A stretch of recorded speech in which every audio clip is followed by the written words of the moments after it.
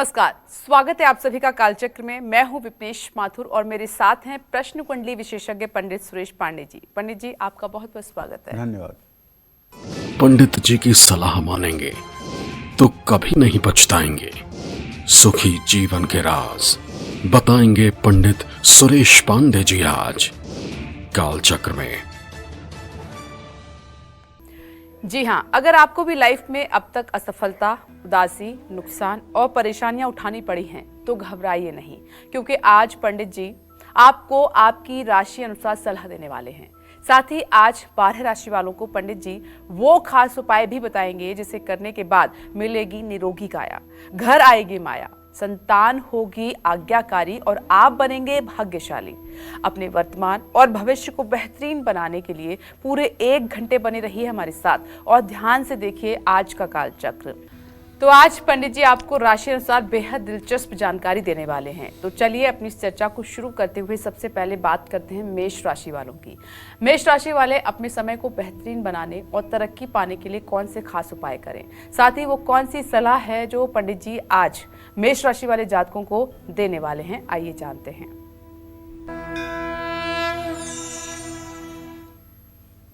देखिए, सबसे पहले आप लोगों को ये बताना चाहूँगा कि चाहे आपकी जन्म राशि मेष हो, चाहे प्रचलित नाम के आधार पर आपकी मेष राशि हो, एक तो होता है जन्म राशि और एक होती है प्रचलित राशि।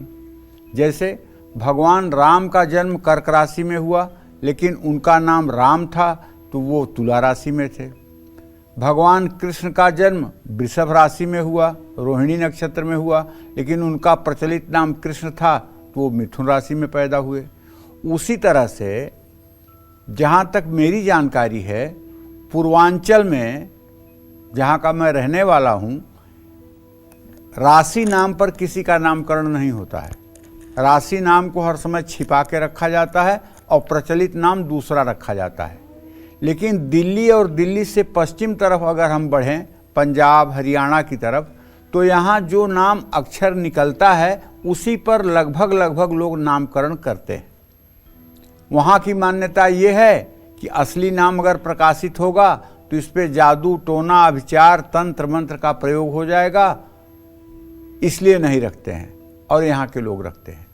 तो कहने का मतलब ये है कि चाहे आपकी प्रचलित नाम के हिसाब से मेष राशि हो और चाहे आपकी जन्म के हिसाब से मेष राशि हो, मेष राशि होने का मतलब है चू, चे, चो, ला, ली, लू, ले, लो, अ। ये 9 अक्षर जो है ये मेष राशि के हैं। इन अक्षरों पर अगर आपका नाम शुरू होता है तो आप मेष राशि के जातक हैं, चाहे आपका प्रचलित नाम है और चाहे आपका राशि नाम है। मेष राशि का स्थान मनुष्य के शरीर में मस्तक में होता है। मेष राशि वालों के कारक ग्रह मंगल, सूर्य और बृहस्पति हैं। मेष राशि पूरब दिशा का स्वामी होता है। मेष राशि वालों के लिए 3 मुखी रुद्राक्ष सबसे शुभ माना गया है। मेष राशि के जातकों को भगवान सूर्य को नियमित जल चढ़ाना चाहिए और गायत्री की उपासना करनी चाहिए। अगर ज़्यादा नहीं कर सकते तो कम से कम 24 बार गायत्री जरूर बोलिएगा। इससे क्या होगा, आपका आत्मविश्वास कभी कम नहीं होगा और आपका अगर आत्मविश्वास अच्छा होगा तो आप अपने जिंदगी में आने वाली समस्याओं का समाधान कर पाएंगे। गायत्री छंदसाम मातेत, गायत्री वेदों की माता है। गायत्री के प्रभाव को कहने में सरस्वती भी असमर्थ हैं। अगर आप ज़्यादा नहीं कह सकते तो 24 बार तो गायत्री जरूर कहिए। और ये गायत्री एक ऐसा मंत्र है जो अटक से कटक तक, कन्याकुमारी से कश्मीर तक हर गार्जियन अपने बच्चे को बचपन में ही सिखा देता है। यही एक ऐसा मंत्र है जो पूरे भारत के सनातन धर्मियों को लगभग पूछने पर याद मिलता है। तो आप 24 बार अगर गायत्री मंत्र का जप करते रहेंगे सूर्य को जल देने के बाद, तो आपके अंदर सकारात्मक ऊर्जा का प्रवाह बना रहेगा। मेष राशि के जातकों के लिए भाग्य भाव का अधिपति बृहस्पति होता है। ऐसे में भाग्योदय और आर्थिक उन्नति के लिए भगवान श्री हरि विष्णु, राम, कृष्ण की पूजा करनी चाहिए। आत्मविश्वास बढ़ाने के लिए और कष्टों से मुक्ति पाने के लिए मेष राशि के जातकों को हनुमान जी की पूजा जरूर करनी चाहिए। हाँ, एक जरूर चीज कहना चाहूँगा, यदि आपकी मेष राशि है तो किसी से आपको मुफ्त में कोई चीज नहीं लेना चाहिए। मुफ्त में यदि कोई चीज आप उपहार ले रहे हैं तो इससे आपकी उन्नति प्रभावित होगी, इसमें कोई दो राय नहीं है, क्योंकि मुफ्त की चीजें आपको नहीं फलेंगी। और भाई और पिता से चाहे जितनी विकट परिस्थिति हो, आपको विवाद नहीं करना चाहिए। भाई और पिता का हर समय सम्मान करना चाहिए और हर समय सामंजस्य बनाकर रखना चाहिए अगर आप विकास करना चाहते हैं तो। आंत और दांत की सफाई का ध्यान रखें। घर आए मेहमानों को मीठा जरूर खिलाएं और क्रोध बिल्कुल ना करें। देखिए, अब ये बात मैं क्यों कह रहा हूँ क्रोध बिल्कुल ना करें, इसलिए कि मेष राशि वाले बहुत शॉर्ट टेम्पर्ड होते हैं, क्योंकि इनका राजस्वामी मंगल है। क्रोधो पराक्रमो भौम, क्रोध और पराक्रम का कारक ग्रह मंगल है। और अगर मंगल स्वामी है और मेष राशि का जातक है और उसको क्रोध ना आए, ये हो ही नहीं सकता। मेष राशि के जातकों को एक क्षण के लिए इतना क्रोध आता है कि जैसे ज्वालामुखी फूटता है वैसे इनका क्रोध फूटता है। तो इन्हें धीरे धीरे अभ्यास करना चाहिए क्रोध को समाप्त करने के लिए। अपने क्रोध को कम करने के लिए इन्हें धीरे धीरे प्रयास करना चाहिए। जब क्रोध आए तो क्या करना चाहिए, जैसे गुस्सा आया, कुछ बहुत बुरा आप बोलने वाले हैं किसी को, या आप हाथ उठाने वाले हैं किसी के ऊपर, तो उस समय आप बोलिए सीताराम सीताराम सीताराम सीताराम, 5 बार बोलिए सीताराम सीताराम। तुरंत आपका क्रोध गायब हो जाएगा, क्योंकि उस क्रोध की जगह पर इतनी बड़ी चीज आ जाएगी कि वो क्रोध स्वयं समाप्त हो जाएगा। शर्माइए मत, शर्मिंदा मत होइए ये कहने में कि हम जोर जोर से सीताराम बोलेंगे तो दुनिया क्या सोचेगी, पागल हो गया है। अरे नहीं, क्रोध को भगाने का यही एक तरीका है। अगर क्रोध आ गया है और वो क्रोध आपका नुकसान करने वाला है तो सीताराम सीताराम 5 बार करने से क्रोध गायब हो जाएगा। इसको करके देख लीजिए। जय मां विंध्यवासिनी। और चलिए अब बात करते हैं वृषभ राशि वालों की। धन लाभ, अच्छी नौकरी और कारोबार बढ़ाने के लिए वृषभ राशि वाले कौन से खास उपाय करें, और साथ ही वो कौन सी सलाह है जो आज पंडित जी वृषभ राशि वालों को देने वाले हैं, आइए जानते हैं। देखिए, चाहे आपके प्रचलित नाम से और चाहे आपके राशि नाम से, अगर आपकी वृषभ राशि बनती है तो आपके अक्षर अगर ई से, ऊ से, ए से, ओ से, वा, वी, वू, वे, वो, वू, इन 9 अक्षरों से अगर आपका नाम शुरू होता है तो आपकी राशि वृषभ है। वृषभ राशि का स्वामी शुक्र होता है और वृषभ राशि का स्थान जो है वो मुख होता है। वृषभ राशि का कारक ग्रह शुक्र, बुध और शनि है। आपके लिए 6 मुखी रुद्राक्ष शुभकारी माना जाता है। आपकी आर्थिक वृद्धि और अच्छी नौकरी और कारोबार में बढ़ोतरी के लिए आपको भगवती दुर्गा, मां महालक्ष्मी की उपासना जरूर करनी चाहिए। यदि वृषभ राशि हो तो ऐसे लोगों को शक्ति की उपासना में पुरजोर मन लगाना चाहिए। शक्ति की उपासना में आप दुर्गा की पूजा, महालक्ष्मी की पूजा, महाकाली की पूजा, महासरस्वती की पूजा, पार्वती की पूजा या संतोषी माता की पूजा, कोई भी देवी की पूजा करने से आपको अत्यंत लाभ मिलेगा। कष्टों से मुक्ति के लिए आपको शनि देव के मंदिर में शनिवार को नमन जरूर करना चाहिए और हो सके तो सरसों का तेल और नमक दान करना चाहिए। मंगलवार को सुंदर कांड का पाठ करना भी आपके लिए लाभदायक है। शनिवार को या मंगलवार को सायंकाल अगर आप पंचमुखी हनुमान जी के प्रतिमा के सामने बैठकर तिल के तेल या घी का दिया जलाकर सुंदर कांड का पूरे भक्ति भाव से पाठ करना शुरू करें तो आपके जीवन में आने वाली परेशानियां सदा सर्वदा के लिए समाप्त हो जाएंगी। इंद्रियों को वश में करें और वादा न तोड़ें। किसी को अनावश्यक परेशान ना करें। हर रोज घर में संध्या पूजन जरूर करें। किसी की मदद करने से पीछे ना हटें। 7 प्रकार के अनाज का दान आपके लिए लाभकारी है। जय मां विंध्यवासिनी। और इसी क्रम में आगे बढ़ते हैं, बात कर लेते हैं मिथुन राशि की। मिथुन राशि वालों को धन, सेहत और भाग्य की स्थिति को मजबूत करने और नौकरी कारोबार में सफलता पाने के लिए कौन से खास उपाय करने होंगे, साथ ही आज पंडित जी मिथुन राशि वालों को भाग्योदय के लिए कौन सी सलाह देने वाले हैं, ये जानते हैं।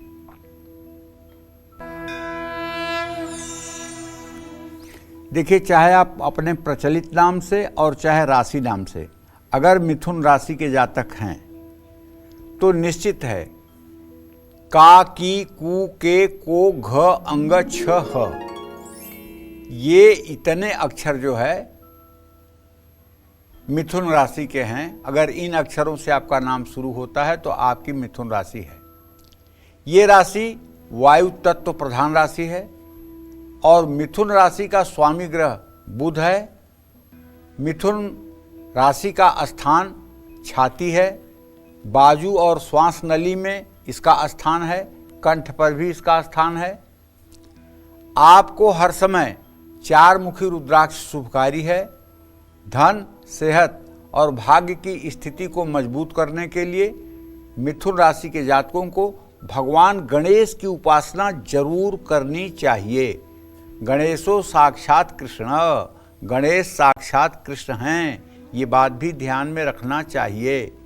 जैसे परम ब्रह्म परमेश्वर भगवान श्री कृष्ण हैं, वैसे ही गणेश का स्थान है।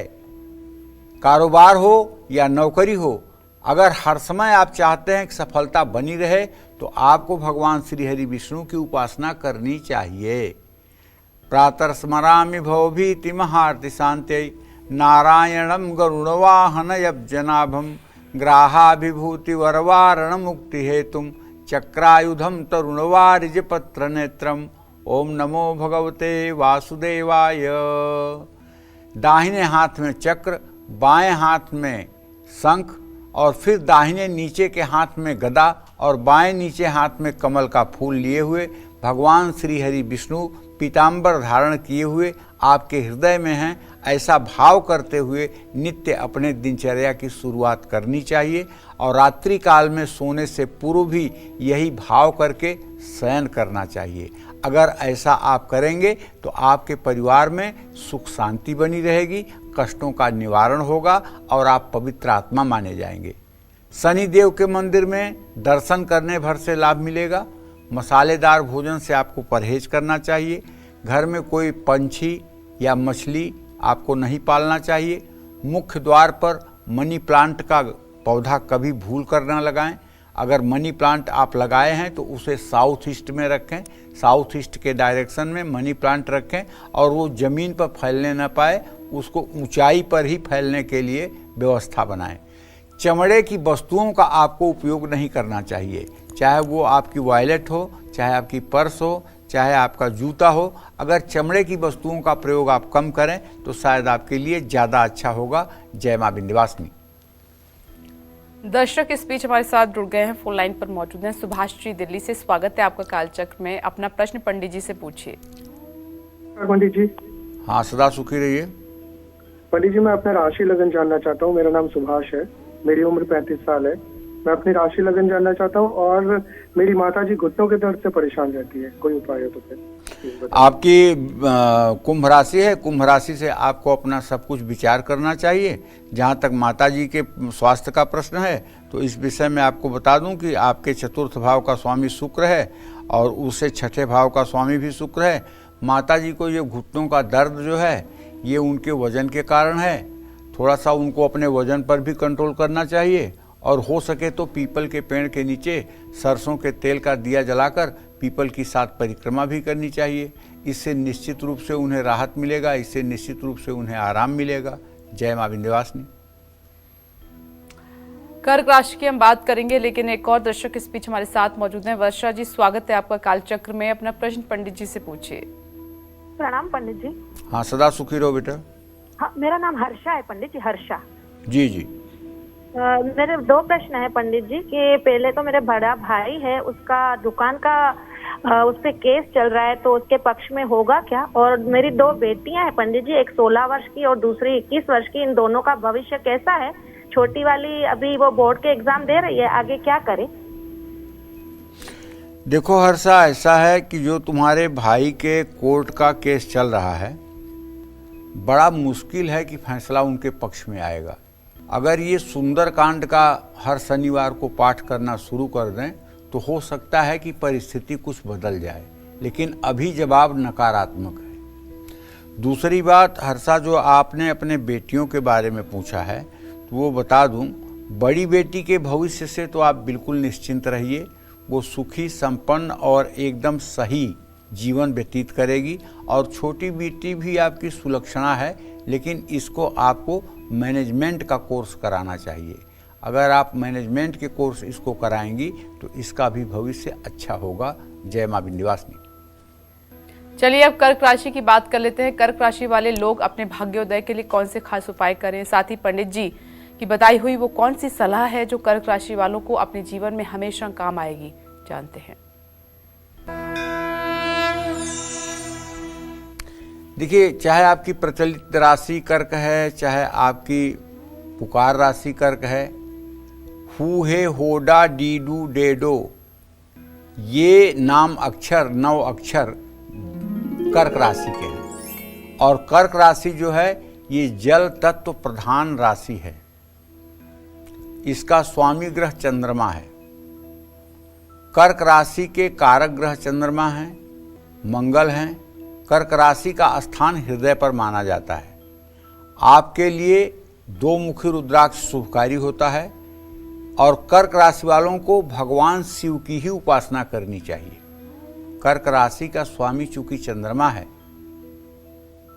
और चंद्रमा को क्षय रोग जब हुआ था तो चंद्रमा ने सोमनाथ में सोमनाथ नाम के ज्योतिर्लिंग की स्थापना की थी, तब उसका क्षय रोग ठीक हुआ था। तो इसलिए अगर आपके राशि स्वामी का कष्ट भगवान शिव दूर कर सकते हैं तो आपके कष्टों का निराकरण भी शिव दरबार में ही मिलेगा। इसलिए आपको यथासंभव भगवान शिव की उपासना करनी चाहिए। भगवान राम कर्क राशि के थे, उन्होंने भी लंका पर चढ़ाई के पहले रामेश्वरम की स्थापना की। लिंग थापि विधिवत करि पूजा, शिव समान मोहि प्रिय नहीं दूजा।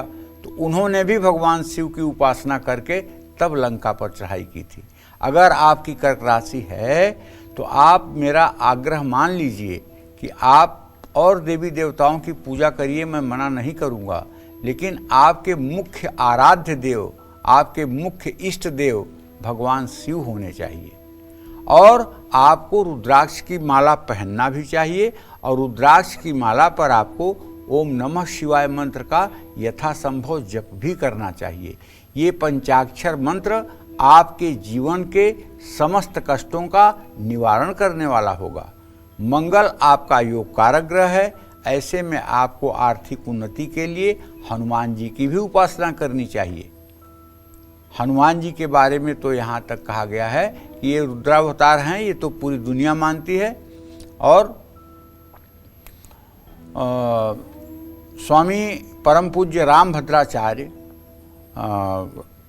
हनुमान चालीसा में लिखा हुआ है शंकर सुवन केसरी नंदन, लेकिन स्वामी रामभद्राचार्य कहते हैं शंकर स्वयं मारुति नंदन। शंकर स्वयं मारुति नंदन, शंकर स्वयं हैं हनुमान जी के रूप में। यहाँ हनुमान चालीसा कहता है शंकर सुवन, शंकर जी के पुत्र हैं हनुमान जी। और वो कहते हैं नहीं, शंकर स्वयं मारुति नंदन, शंकर स्वयं हनुमान बन करके आए हुए। तो अब इस विषय में मैं निर्णय नहीं दे सकता हूँ, लेकिन मुझे मतलब कि जो देखने में लग रहा है तुलसीदास जी की रचना भी ठीक है और रामभद्राचार्य जी के कहने का तरीका भी मुझे ठीक लग रहा है।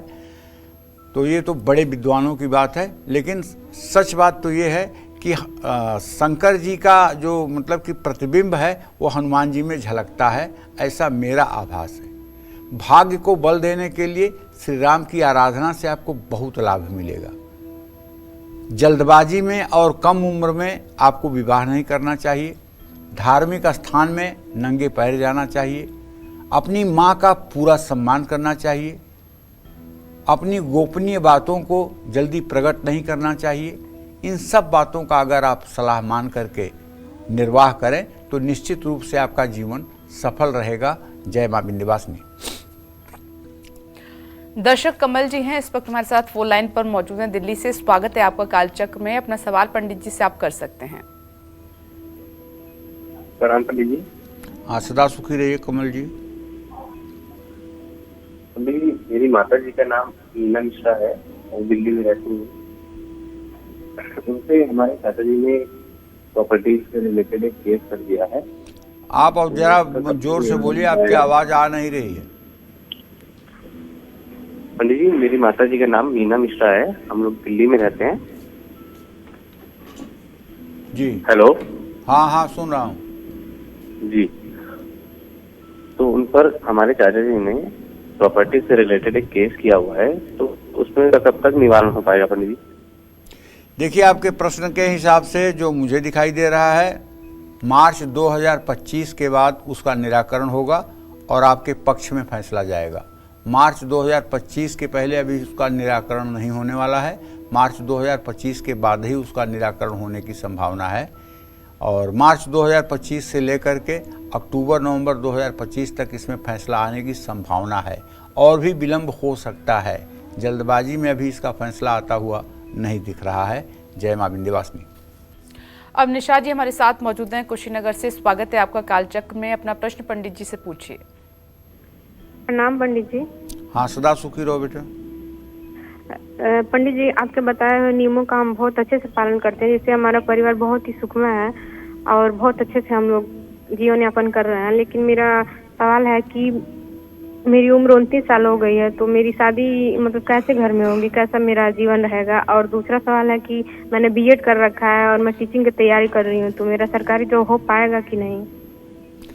अब ऐसा है बेटा निशा, जहाँ तक मैं समझता हूँ कि तुम्हारे विवाह का योग तो अब बन चुका है।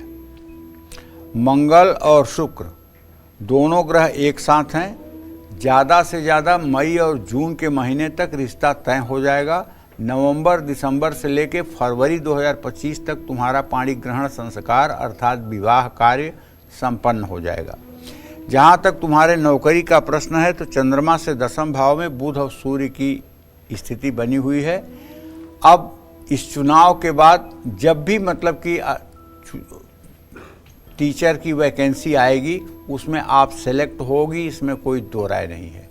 हाँ, इसमें सेलेक्ट होने के लिए एक काम आप कर लीजिए। आप हर बुधवार के दिन थोड़ी सी अंकुरित मूंग या भीगी हुई मूंग किसी गाय को खिला दीजिए। 17 बुधवार ये उपाय कर दीजिए, आपकी नौकरी पक्की हो जाएगी, इसमें कोई दो राय नहीं है। जय मां विंध्यवासिनी। चलिए अब बात करते हैं सिंह राशि वालों की। किन उपायों को रोकने से सिंह राशि वालों के भाग्य को बल मिलेगा और इनकी आर्थिक स्थिति बेहतर होगी और इन्हें दिन रात तरक्की मिलेगी? साथ ही पंडित जी इन्हें जीवन में सफल होने के लिए कौन सी सलाह दे रहे हैं, जानते हैं। देखिए, सिंह राशि के जातकों को बताना चाहूँगा कि यदि आपकी प्रचलित नाम सिंह राशि में है या फिर आपका राशि नाम सिंह राशि में है तो आपका अक्षर बनेगा मा, मी, मू, मे, मो, टा, टी, टू, टे। ठीक है, तो सिंह राशि के जातकों का स्वामी ग्रह सूर्य है। सिंह राशि का स्थान जो है ये पेट होता है। सिंह राशि के कारक ग्रह सूर्य और मंगल हैं। आपके लिए एक मुखी रुद्राक्ष शुभ है जो मिलना बहुत असंभव है, नहीं मिल सकता है। तो आप 9 मुखी रुद्राक्ष धारण करिएगा, क्योंकि इस कलिकाल मलाल में एक मुखी रुद्राक्ष और एक मुखी मनुष्य ये दोनों मिलना बड़ा मुश्किल है। जैसे एक मुखी रुद्राक्ष नहीं मिलेगा ना, वैसे ऐसे लोग आपको बहुत कम मिलेंगे जो कहें वही करें, कहेंगे कुछ करेंगे कुछ। एक मुखी रुद्राक्ष और एक मुखी मनुष्य कलयुग में थोड़े कम हो गए। आपको हर सुख की प्राप्ति के लिए प्रतिदिन सूर्य की उपासना करनी चाहिए। एकदम आपको ब्रह्म मुहूर्त में उठ करके अगर संभव है स्नान ध्यान करके सूर्य को अर्घ्य देना चाहिए, गायत्री की उपासना करनी चाहिए और हो सके तो अग्निहोत्र करना चाहिए। अग्निहोत्र का मतलब आप समझिए, तांबे के हवन कुंड में आम की लकड़ियाँ जला करके कपूर से और घी, चीनी, शहद और काले तिल से चांदी के चम्मच से गायत्री मंत्र के द्वारा 108 बार हवन करना चाहिए। ये हवन आपको क्या देगी पता है आपको? आपकी चमक सूरज और चंद्रमा की तरह हो जाएगी। आपको इस धरती पर कोई आपका मुकाबला करने वाला नहीं होगा। तांबे के लोटे से सूर्य को जल चढ़ाएं, सूर्य मंत्र का भी जप करें, आदित्य हृदय स्तोत्र का पाठ करें। इससे आपको अच्छी सेहत और सकारात्मक ऊर्जा प्राप्त होगी।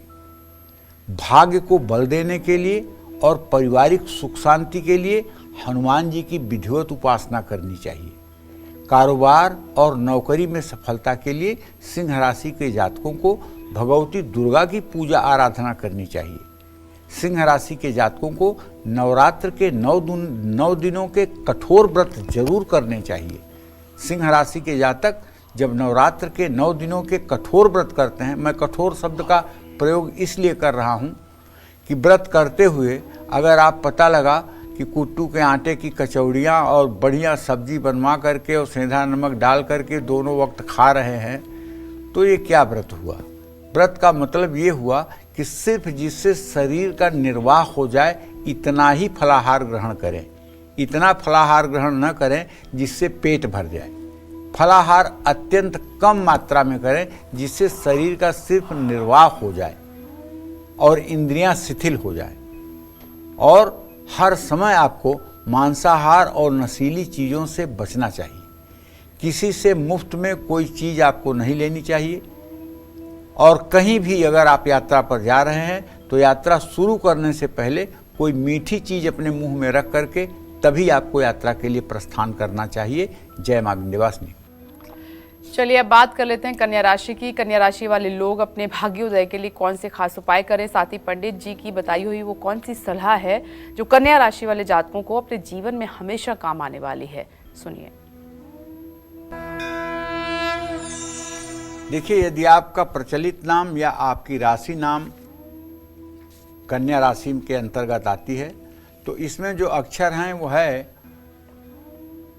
ओ, प, पी, पू, ष, ड़, ठ, पे, पो। ये पृथ्वी तत्व प्रधान राशि है। इसका स्वामी ग्रह बुध है। कन्या राशि का स्थान कमर में होता है। कन्या राशि का कारक ग्रह बुध और शुक्र है। आपके लिए 4 मुखी रुद्राक्ष शुभ है। आप 5 मुखी रुद्राक्ष भी धारण कर सकते हैं। कारोबार, धन और भाग्य में वृद्धि के लिए कन्या राशि के जातकों को माँ दुर्गा की उपासना करने से लाभ मिलता है। अच्छी सेहत और सफलता प्राप्ति के लिए आप भगवान गणेश की उपासना करें। जो लोग गणेश और लक्ष्मी की साधना एक साथ करते हैं, कन्या राशि के जातक, उनके जीवन में कभी किसी चीज़ का अभाव नहीं होता है। अगर आपके परिवार में सुख शांति नहीं है, परिवार में कलह की स्थिति है, तो निश्चित रूप से आपको राम दरबार का चित्र अपने घर में लगा लेना चाहिए और भगवान श्री राम की पूजा अर्चना करनी चाहिए। राम रक्षा स्तोत्र का पाठ अगर सुबह शाम आपने करना शुरू कर दिया तो आपके घर से कलह सदा सर्वदा के लिए समाप्त हो जाएगी। बहन, बुआ, मौसी से रिश्ते मधुर रखें। वादा करें तो उसे निभाएं जरूर। नौकरी और कारोबार में बिना सलाह लिए कोई जोखिम आपको नहीं लेना चाहिए। जय मां विंध्यवासिनी।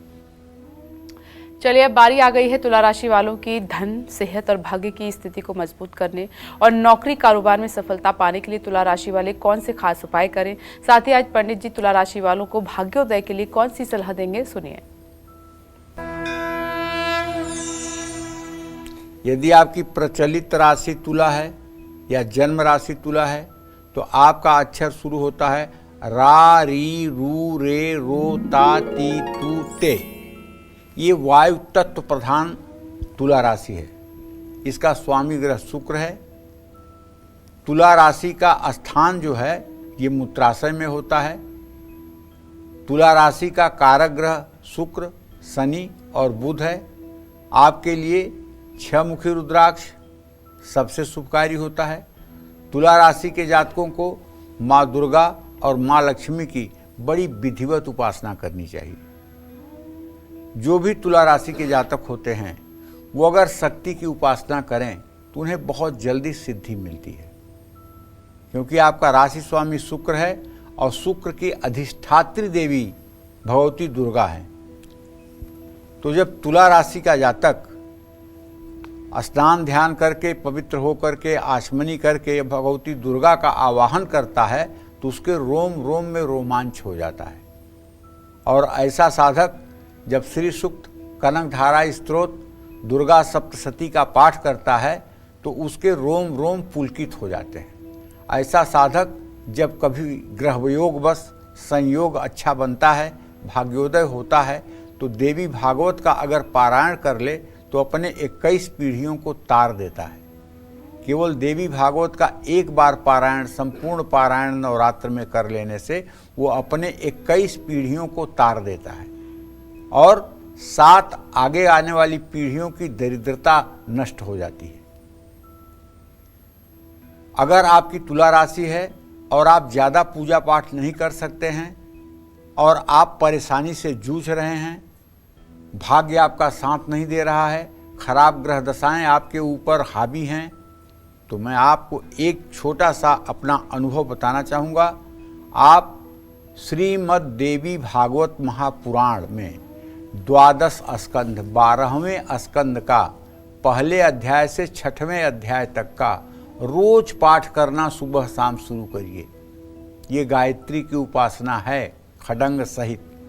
ये पाठ आप रोज करना शुरू करिए। आपके घर में तंत्र मंत्र, जादू टोना टोटका, पितर दोष, वास्तु दोष, किसी प्रकार की शत्रु बाधा है तो इस सब का समाधान आपको 100 दिनों में मिल जाएगा और आपका आत्मविश्वास आकाश की बुलंदियों पर चढ़कर बोलेगा। बस आप संयमित रहें, आप पूर्ण रूपेण अनुशासन में रहें, आपका खान पान चरित्र सुंदर हो, किसी प्रकार से उसमें किंतु परंतु की संभावना न हो। आप एक योगी की भांति अपना जीवन जीते हुए अगर ये उपासना शुरू कर दें तो आप अपने दुर्भाग्य को सौभाग्य में बदल सकते हैं। मैं फिर एक बार कह रहा हूँ, मनुष्य कोई कबूतर नहीं है कि भगवान ने जो लिख दिया है वही होना है, ऐसा कुछ नहीं है। हम कर्म करने के लिए बुद्धि और विवेक हमको मिला है।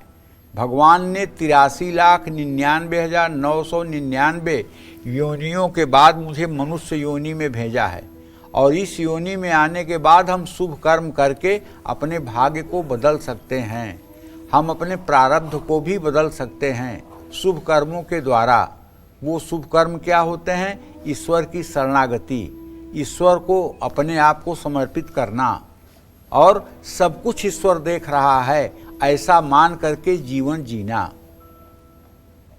लोग सोचते क्या हैं कि जहाँ कोई नहीं है वहाँ अपराध कर लीजिए, जहाँ कोई देख रहा है वहाँ साधु बन जाइए।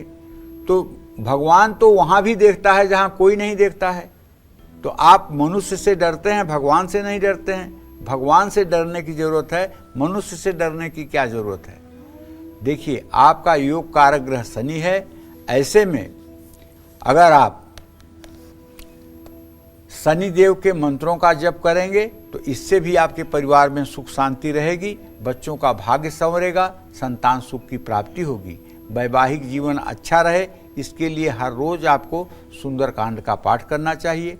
कारोबार, सेहत, आत्मविश्वास के लिए माँ पार्वती की पूजा करनी चाहिए। आपको रोज भोजन करने से पहले 1 रोटी गाय को जरूर देनी चाहिए और थोड़ा सा भोजन आपको कुत्ते के लिए और कौवे के लिए छोड़ना चाहिए। खट्टा नहीं खाना चाहिए। अपने घर और शरीर में दोनों जगह साफ सफाई रखना चाहिए। साफ सुथरा बिना कटा फटा कपड़ा आपको पहनना चाहिए। सुगंधित इत्र या परफ्यूम का आप प्रयोग कर सकते हैं।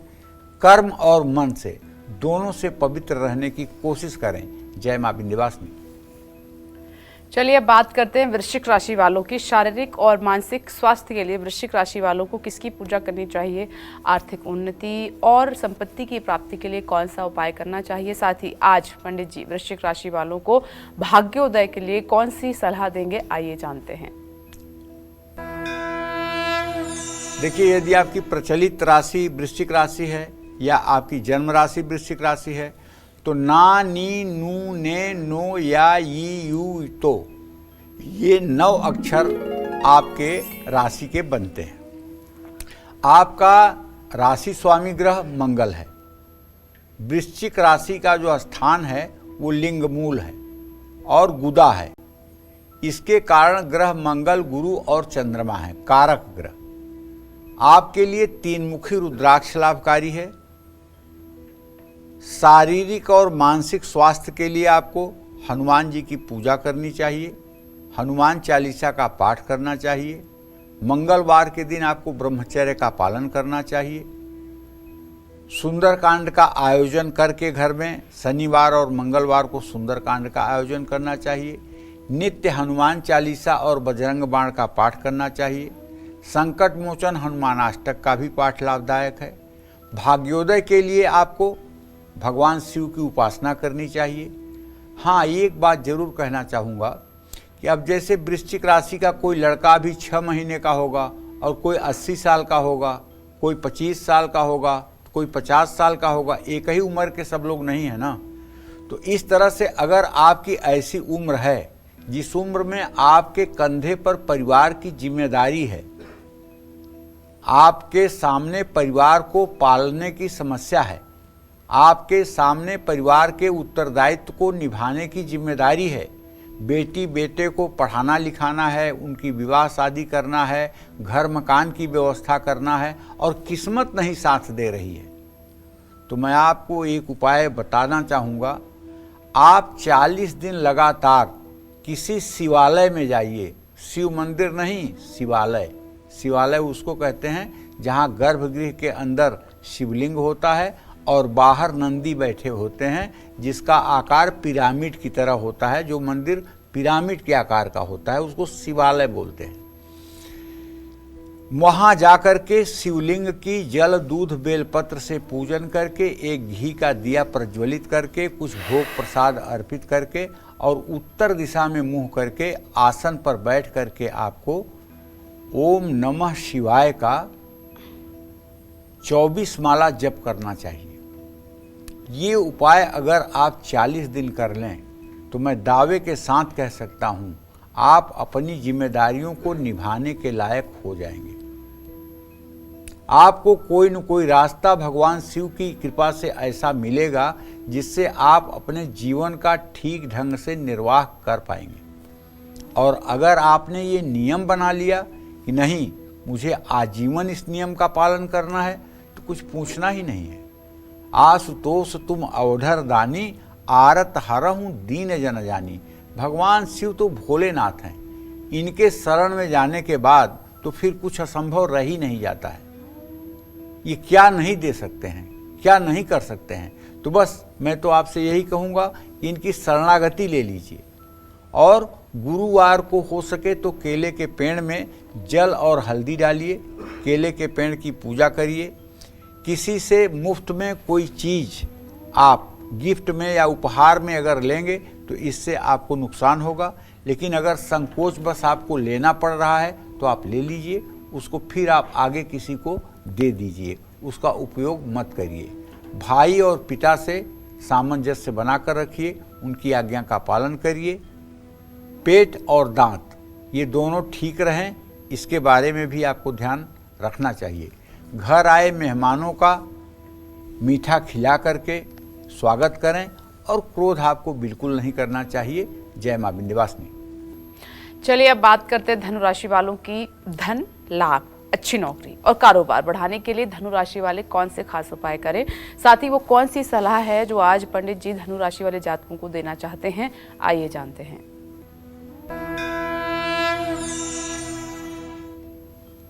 देखिए, वैसे जन्म राशि जो है ये सिर्फ विवाह में चिंतन की जाती है। जन्म राशि का जो सबसे ज़्यादा अभिप्राय होता है वो विवाह के समय होता है। बाकी यात्रा में, युद्ध में, व्यापार में, मुकदमे में, व्यवसाय में, साझेदारी में, हर जगह प्रचलित राशि ही जो है काम करती है। ये बात एकदम जन्म राशि न चिंतित। यात्रा में, व्यापार में, शत्रुता में, युद्ध में, और किसी प्रकार के सांसारिक कर्म में जन्म राशि न चिंतित, जन्म राशि का चिंतन नहीं किया जाता है, नाम राशि का चिंतन किया जाता है। जैसे आपका नाम जो है उसी अक्षर पर जो राशि बनती है उसी के अनुसार सुख दुख आपको मिलने वाला है। तो जिन लोगों का नाम ए यो भ भी भू ध फ ढ भा इन अक्षरों से शुरू होता है, ये वायु तत्व प्रधान राशि है। धनु राशि का स्वामी ग्रह बृहस्पति है। धनु राशि का स्थान शरीर में जांघ में होता है, दोनों जांघों में होता है। धनु राशि का कारक ग्रह जो है चंद्रमा और गुरु हैं। आपके लिए 5 मुखी रुद्राक्ष धारण करना अत्यंत शुभकारी है। अच्छी सेहत, आत्मविश्वास, पारिवारिक सुख और शांति और संपत्ति के लिए आपको भगवान श्री हरि विष्णु, भगवान श्री कृष्ण की पूजा उपासना करनी चाहिए। जो संपदा रावण ही दीन दिए दसमात, सोई संपदा विभीषण ही सकुच दीन रघुनाथ। भगवान श्री राम ने लंका का राजा जब विभीषण को बनाया तो संकोच करते हुए बनाया कि इतना कम क्या दे रहा हूं, और थोड़ा सा चावल खा करके भगवान कृष्ण ने सुदामा का कुबेर की तरह सुदामा पुरी का निर्माण करवा दिया। इनसे बड़ा दाता कौन होगा? अगर आप इनकी उपासना करेंगे तो दुख और दरिद्रता आपके जीवन में कैसे आ सकती है? अब रही बात ये कि हम मनुष्य अगर एक नारियल भी भगवान को चढ़ाते हैं तो एक डिमांड जरूर रख देते हैं कि मेरे बेटे का परसेंट अच्छा कर दीजिएगा। अगर एक माला चढ़ाए और बर्फी का भोग लगाए तो कह देंगे कि मेरे पति का ट्रांसफ़र जरूर कर दीजिएगा, करवा दीजिएगा अच्छी जगह पे। अगर जा कर के आरती कर दिए तो भगवान प्रमोशन इस साल जरूर हो जाए। अरे कुछ एक बार तो ऐसी पूजा कर दो जिसमें कुछ ना मांगो भगवान से। हर समय क्या हर समय झोली फैलाए खड़े रहते हो? पूजा करके ये कह दो कि प्रभु इसका कोई फल नहीं चाहिए, इसका कोई फल नहीं चाहिए, मैं तो आपके अधीन हूँ, मैं तो आपके श्री चरणों की रज हूँ, कोई फल नहीं चाहिए। दुख सुख जो मेरे किस्मत में होगा उसे मैं भुगत लूँगा, बस आप मुझे शक्ति और सामर्थ्य दीजिए। अगर निष्काम भाव से पूजा होने लगे और निष्काम भाव से व्यक्ति पूजन अर्चन करने लगे तो शायद जीवन बदलने में समय नहीं लगता। लेकिन यहाँ तो स्थिति ये है समाज में कि बच्चे अपने माँ बाप को कहते हैं, अरे तुम लोगों ने तो जीवन भर पूजा पाठ किया है, क्या हो गया तुम्हारी ज़िंदगी में, क्या दे दिया भगवान ने तुम्हें? अब मतलब भगवान न हुए जैसे कोई दुकान हो गई। अरे भगवान हमें साहस देता है, भगवान हमें बल देता है, भगवान हमें दुख सुख में लड़ने की क्षमता देता है, भगवान हमें धैर्य देता है। आपका जो प्रारब्ध बन चुका है पूर्व जन्म से उसको थोड़ी भगवान रोक देंगे। और भगवान मंगल भवन है, ये कभी किसी का बुरा नहीं कर सकते। जिस तरह से सूर्य चाह करके भी कभी अंधकार नहीं कर सकता है, उस तरह से भगवान चाह करके भी कभी किसी का अनिष्ट नहीं करते हैं। इस बात को ध्यान में रखना चाहिए। तो अपने भाग्य को बल मिले इसके लिए सूर्य की नियमित उपासना करनी चाहिए, गायत्री मंत्र का जप करना चाहिए, व्यवसाय की वृद्धि हो, वैवाहिक जीवन सुखी हो तो बुधवार को भगवान गणेश की उपासना करनी चाहिए। साल में एक बार गणेश जी का सहस्रार्चन करना चाहिए और कोशिश करें कि झूठ न बोलें। और अगर झूठ नहीं बोलते हैं तो अपने ऊपर घमंड ये ना करें कि मैं राजा हरिश्चंद्र सत्यवादी हूँ। अरे अगर आप सत्यवादी हैं तो अगर विनम्र रहेंगे तो क्या बुरा हो जाएगा? अहंकार जो है नाश का कारण है, इसलिए अहम नहीं आना चाहिए।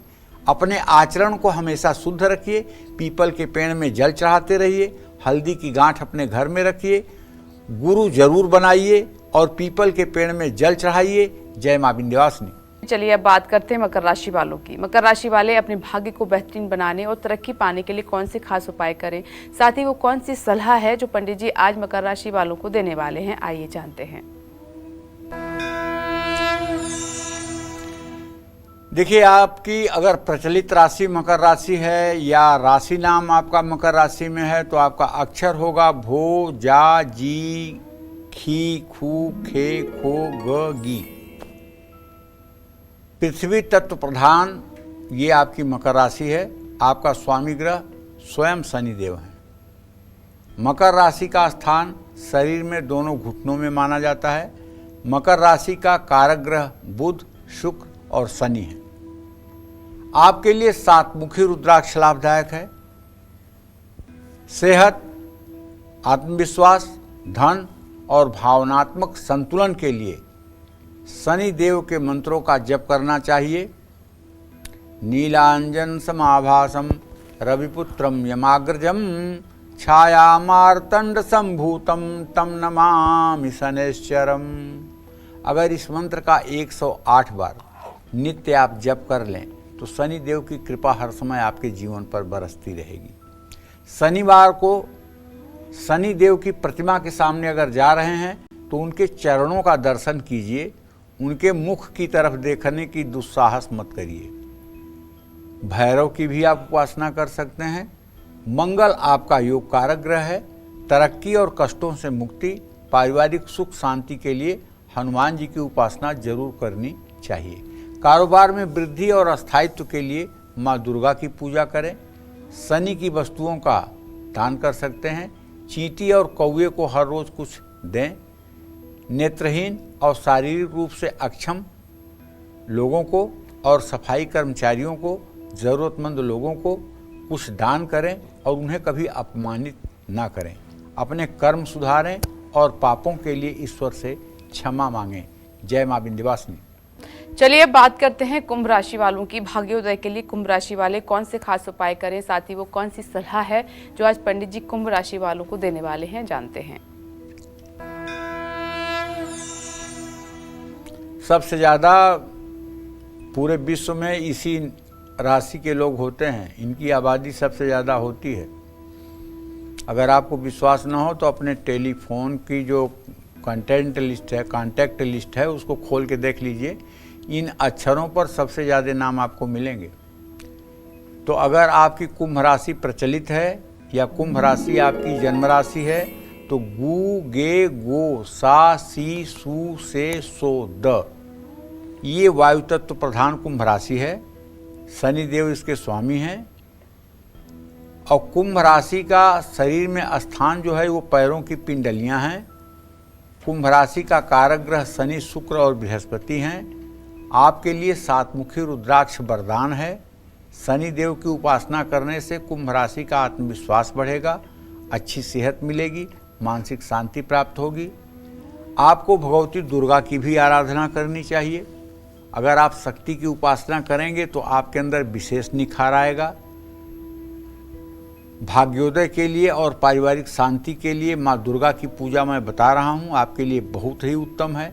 और अगर आप माँ दुर्गा की नित्य प्रातः सायं मानस पूजा करना शुरू कर दें और मानस पूजा में यदि आप प्रवीण हो जाएं तो मैं दावे के साथ कह सकता हूँ आपकी कुंडली चाहे जितनी भी खराब हो लेकिन आपके जीवन में कहीं कोई खराबी नहीं दिखाई देगी। कारोबार में वृद्धि और स्थायित्व के लिए हनुमान जी की पूजा करनी चाहिए। भैरव जी की उपासना करना चाहिए। अपने दांत को साफ सफा रखना चाहिए। शनि की शांति के लिए महामृत्युंजय मंत्र का जप करना चाहिए। नेत्रहीन और शारीरिक रूप से अक्षम या सफाई कर्मचारी या ज़रूरतमंद लोगों का आपको बिल्कुल अपमान नहीं करना चाहिए। अपने कर्म सुधारना चाहिए और अपने गलतियों के लिए ईश्वर से क्षमा मांगना चाहिए। जय मां विंध्यवासिनी। चलिए अब बात करते हैं मीन राशि वालों की। मीन राशि वाले अपने भाग्य को बेहतरीन बनाने और तरक्की पाने के लिए कौन से खास उपाय करें, साथ ही वो कौन सी सलाह है जो पंडित जी आज आपको देने वाले हैं, जानते हैं।